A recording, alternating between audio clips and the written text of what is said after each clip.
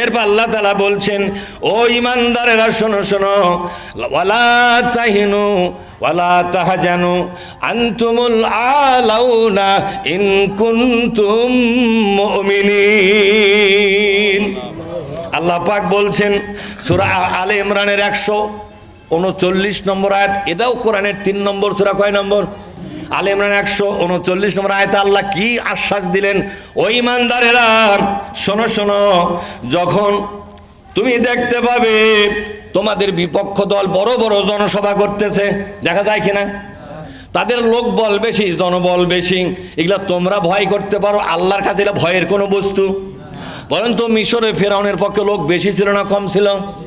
মুসার পক্ষে লোক কম ছিল না বেশি ছিল? ইরাকের মাটিতে ইব্রাহিমের পক্ষে লোক কম না বেশি? কম। মক্কার বুকে মুহাম্মদ সাল্লাল্লাহু আলাইহি ওয়াসাল্লামের পক্ষে লোক কম না বেশি? লোক কম। তাহলে কম লোক বেশি লোকের উপর বিজয়ী কেমনে হলো? এই কাজটা কে করে দেয় জোরে কোন?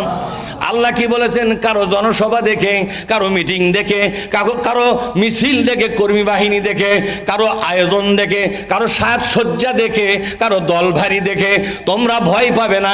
ওগুলো কিছুই নয়, ওগুলো তুলার মতো উড়িয়ে দিব আমি। কথা রাখার, আরো জোরে কোন কথা রাখার। আল্লাহ বলছেন, ওয়ালা তাহিনু ওয়ালা তাহজানু, কোনো মন ভাঙ্গা হইও না, মনের মধ্যে দুর্বলতা আনবে না, আমি আল্লাহ আছি এখনো। কথা ঠিক না? ঠিক।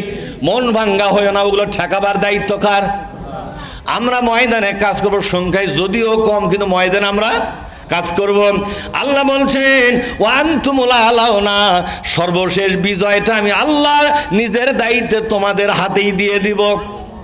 কিন্তু শর্ত আছে, ইন কুনতুম মুমিনিন। কোন আল্লাহু আকবার। তোমাদেরকে হতে হবে মুমিন। কি হতে হবে জোরে কোন?